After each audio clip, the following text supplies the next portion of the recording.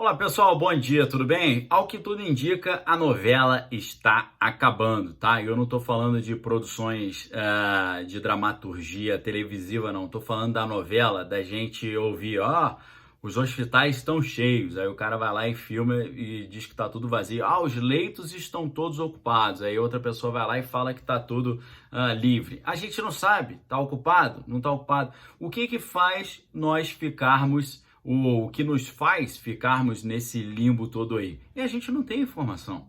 Cadê a informação?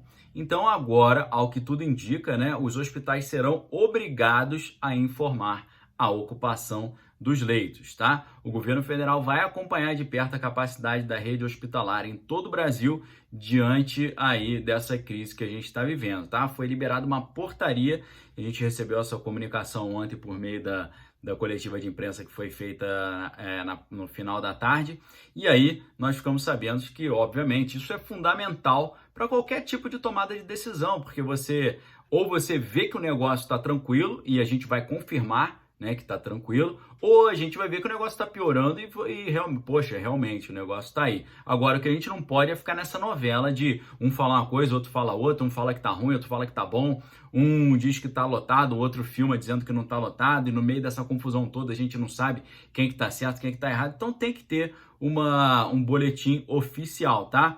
O governo e o país precisam saber, né, o que realmente está acontecendo e como é que tá isso, tá? E é óbvio que isso tem que ser diário. A gente tem que ter uma comunicação diária sobre isso, né? Isso é questão vital nos dias atuais para a gente entender o que está acontecendo. Então, parece que agora essa novelinha aí já está acabando, tá? Agora, coisa muito importante que você vai ver muito pouco destaque na grande mídia. Notícia aqui do R7. Mais de 50% dos pacientes no Brasil já se curaram, tá? O cálculo que foi liberado ontem considera apenas os casos confirmados, né? Isso sem levar em conta os assintomáticos e por aí vai. 14.026 pessoas já se recuperaram e já estavam livres dessa coisa horrorosa aí até a comunicação que nós vimos no dia de ontem, tá? O título da matéria fala mais de 50% das pessoas já estão curadas, né? Na verdade, é um número considerável acima de 50%, porque é 55% do total de casos, né? Quase 60% das pessoas já estão curadas. Então, uma notícia excelente que eu tenho certeza que, infelizmente, a gente verá pouco destaque disso na grande mídia. E você que acompanha o canal Daniel Lopes e tá bem informado, você sabe exatamente por quê, né? Quer ver uma outra notícia boa que provavelmente a gente vai ver pouco ou nenhum destaque na grande mídia? Aos 99 anos, brasileiro que lutou na Segunda Guerra recebe alta em Brasília. Hernando Pivetta fez parte de nada mais nada menos do que a Força Expedicionária Brasileira e ficou internado ali durante 8 dias, tá? Então, um guerreiro aí que venceu batalhas em campo e venceu a batalha aí também com relação a essa nova crise, tá? No cenário global, a gente já vê uma certa desaceleração dessa crise toda, tá? Porque apesar do número total acompanhado no globo já está se aproximando de 2 milhões de pessoas confirmadas, mas os números vêm caindo, tá? Até a própria OMS tá tendo que reconhecer que os números estão decrescendo, tá?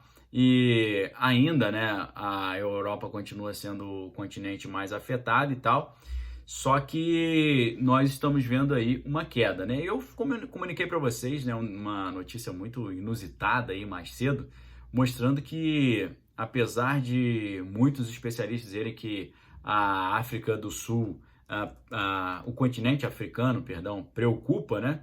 Mas o pessoal estava mostrando como lá na África do Sul o número de casos ele simplesmente caiu ladeira abaixo do nada, tá? De repente o negócio estava subindo, né? Uma via ascendente e de repente caiu.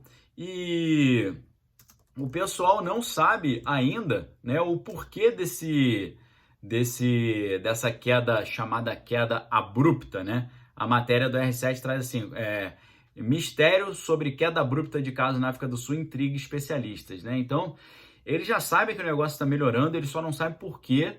E eles falam, não, é melhor a gente tomar cuidado com essa informação, pode ser apenas uma impressão, às vezes não é uma coisa confirmada, então a gente tem que tomar cuidado. Então, pessoal, hoje em dia, infelizmente, o argumento para não disseminar as notícias boas não, mas isso pode gerar uma falsa impressão que a coisa já tá boa, e aí o pessoal vai se empolgar, vai começar a abusar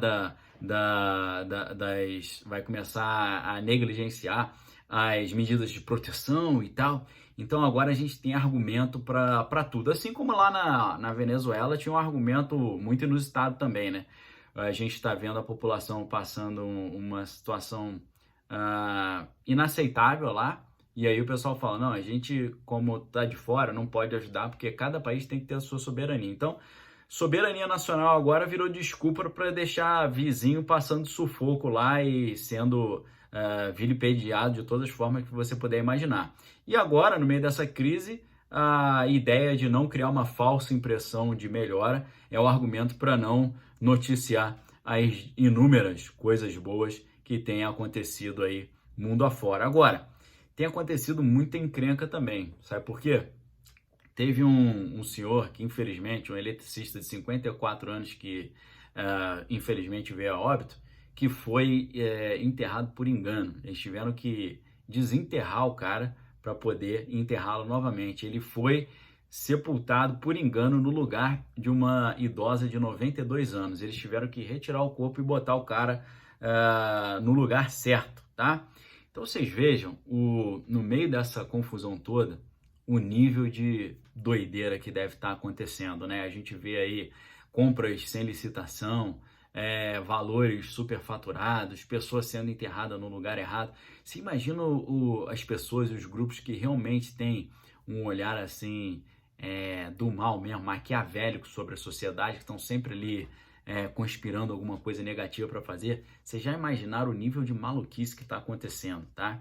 Então, pessoal, realmente é um tempo que quem é do mal, quem é somebody love, deve estar conspirando muita coisa maluca.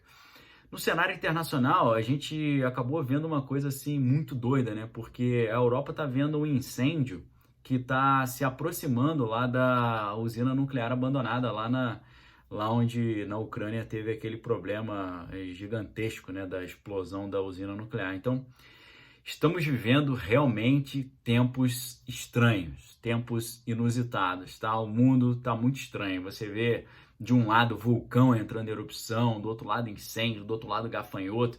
É um cenário meio apocalíptico, né? E é claro que a grande mídia vai capitalizar em cima disso, sempre tentando fazer avançar ali a sua audiência que estava bem prejudicada, principalmente as suas contas depois que o governo reduziu ali a participação publicitária dentro dessas emissoras.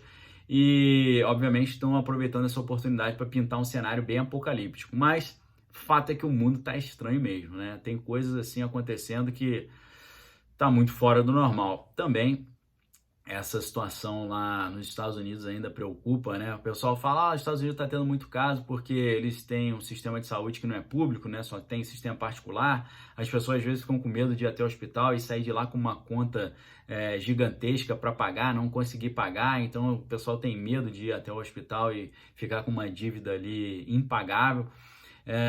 Eu acho que só isso não explica o tamanho do problema que está acontecendo lá, tá?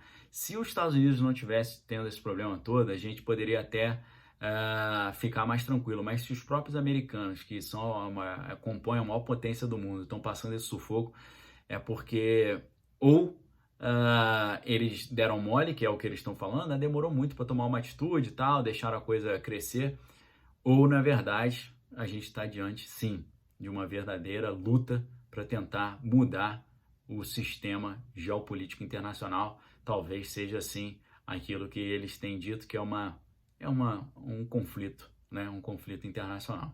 Já está instaurado e agora cabe a nós lutarmos pela informação correta, lutarmos para saber o que realmente está acontecendo e continuarmos aí pedindo a Deus para que essa encrenca toda, seja ela de saúde, seja econômica, ela se abrevie o máximo possível. Tomara que o Brasil saia logo dessa. Tá bom, pessoal? É isso que eu desejo para todos nós. Peço a Deus que abençoe todos vocês aí, que os guarde e nos guarde a todos nós de toda desemprego, da falência, da miséria, da crise. Peço a Deus que proteja vocês e as suas famílias. E também desejo uma semana abençoada a todos. Tá bom, pessoal? A gente volta ao meio-dia com o nosso boletim do meio-dia, depois às 3h30 com a nossa live da tarde. E se você desejar se tornar membro, fica o convite, primeiro link aqui embaixo, você se torna membro e tem acesso ao curso exclusivo Gramsci e a Revolução Cultural e também o boletim da noite, que é o boletim direto do Bunker, que saiu todo dia às 8 da noite com comentários ali bem abrangentes sobre o que está acontecendo no Brasil e no mundo, tá bom? Forte abraço, fique com Deus, valeu!